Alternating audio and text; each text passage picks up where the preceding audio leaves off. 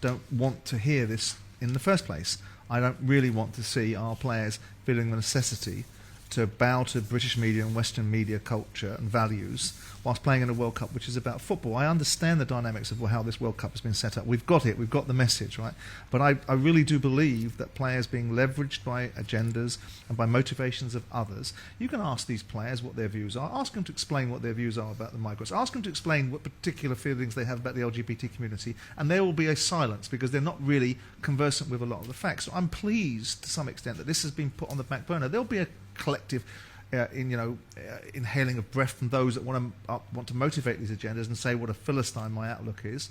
But I'm a bit tired of this. They've come here to play bloody football. Get on with playing football. Infantino didn't help it with his preposterous nonsense the other day.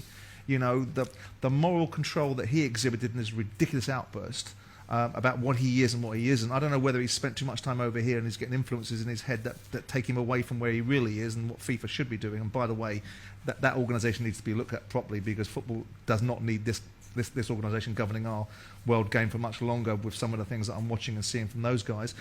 Starting to be motivated by certain circumstances and using a football field for it is fundamentally flawed. And this World Cup, people need to dial the narrative down a little bit. And the Western ideals about what we think we're entitled to tell other nations who are on a different journey, that are evolving at different paces, is preposterously arrogant. This country, Qatar, was part of the British Empire until 1971. So we might want to have a look at some of the values that we installed in here while we're giving people a lecture. The majority want to do that as a group and they want that togetherness and they want to make that support. That's fine. Of course, though, when the sanctions start affecting how you're going to operate in a competition, then you have to change. You have to back down. And that's all they're doing, Jim. Because you can't have a player being booked for wearing the armband. We're going to start losing Harry Kane then and get suspended in games. So they've pushed it, and there's been a brinkmanship right to the end, obviously. Yeah. So no self-sacrifice, because when you support the cause, right, you do you really feel they need to? No, are you seeing sacrifice? I think you're here, we're here. I think if you, what individual I'll pulled answer out the of question. this? I think if you want to, be invested in something, then you have to involve self-sacrifice. It's easy to virtue signal in. I'll do this, I'll do that. Okay, some self-sacrifice. Oh no, thanks. None of that. No, the messaging is all important. What messaging? It's having its effect, isn't it? It's about bringing this country up to speed with other countries. At what pace and by whose standards? By the standards of the West? Are you outside of your mind? Let's have a look at some of the judgment calls that we've made over the last 50 years. Moral high ground, and we're all righteous and virtuous. We are a little bit, aren't we? Yes, okay, I get that. Now we're here, it'd be nice to play some football. Exactly. But I think it's time. I think it's time now to step back a little bit from the players. And the players are doing that, aren't they? They're not going to wear this armband now. Well, they've been told. They love one.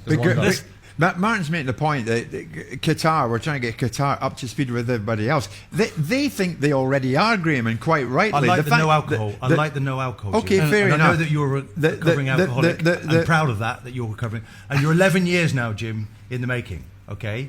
So I think it's a very good thing that we go to games and we don't have to The fact of the matter is this, Graeme. Simon's saying football and let it be about football. The purists will say that's what a World Cup should be. Yeah. Where we are with this World Cup, you know, have you heard? I don't know. It's something we should never ever hear again from anyone's lips. You should never mix sport and politics. Well, this World Cup is going to be remembered as nothing but politics coming into sport. And people, and I'm with you, the history of our great country.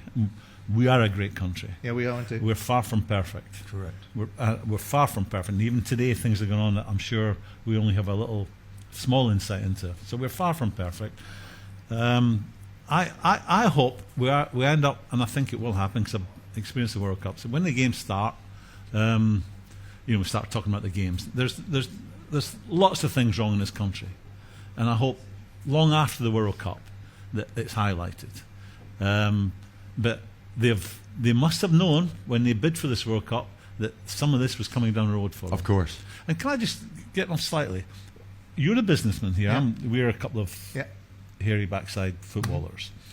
Who loses with them announcing the alcohol ban 2 days before who loses out on that?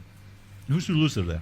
Well, FIFA ultimately, because FIFA will be challenged by the nature of Budweiser. Alcohol, I mean, we're in a Muslim country, so we're all there benefiting. Can I tell where I'm coming from? Just the total cynic's head on.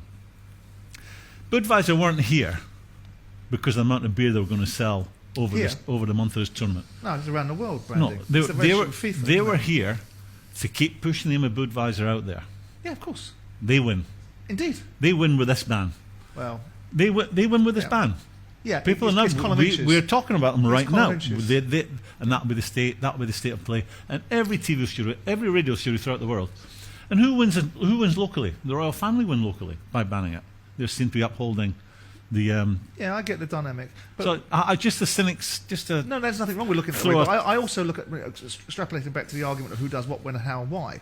I mean, the BBC decided yesterday they weren't going to broadcast the opening ceremony. How dare they? How dare Lineker and his motley little crew sit on that, giving us a lecture about how we should and shouldn't watch things? This is with British taxpayer money. This is an opening ceremony of a World Cup. We should be able to watch it because even if it's just the BBC that are taking this stance, this is funded by the taxpayer. I look at it and I think it's preposterous.